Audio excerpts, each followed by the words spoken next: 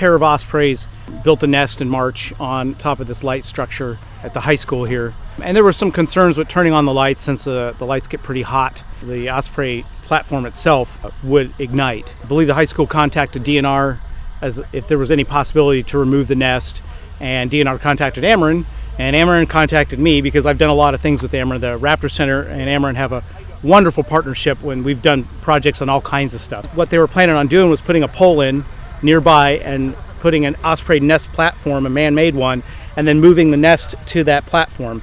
And that's actually been done. It's a proven technique. It's been done in Florida quite a bit. And I was like, yeah, that'll work great. So one thing led to another, and I think I may have been the one that said, hey, can I move the nest? And they were like, sure, you can go up there. Yeah, we got to move this Osprey nest. It was a lot bigger than I thought. Yeah, it was actually pretty straightforward. We just stuck our hands underneath it, used a shovel to pry it up, and balanced it on the shovel and brought it down and moved it over and put it up. Couldn't go any better than that. It's a typical osprey nest. There's not much of a concave to it. It's pretty flat, believe it or not. Same stuff you find in an osprey nest. Fish scales, and there's a lot of fish scales in there from food they ate. It smells. That's the one thing I keep telling people about ospreys. They're beautiful birds. They're awesome birds of prey, but they smell. They smell like fish, and that nest smelled like a dead fish. So an osprey is a really unique bird of prey. So they have the body of a red tail, but they have the wings of an eagle. So if you took like a red-tailed hawk and slapped bald eagle wings on it, that's an osprey.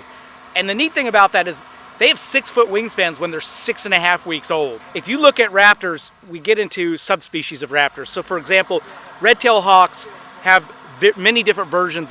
Ospreys don't have any subspecies. There's only one osprey found worldwide. So the osprey that's here in Carlyle is the exact same species that you find in Great Britain, which is the exact same species you find in Africa. So, and it's strictly a fishing bird of prey. It does not eat rabbits, it does not eat mice, it eats nothing but fish, and it is physically adapted for that life.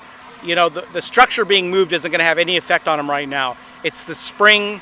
When these ospreys migrate out, they're going to come back in the spring, and it's going to be re-nesting time, and that's what we need to kind of keep our eye out.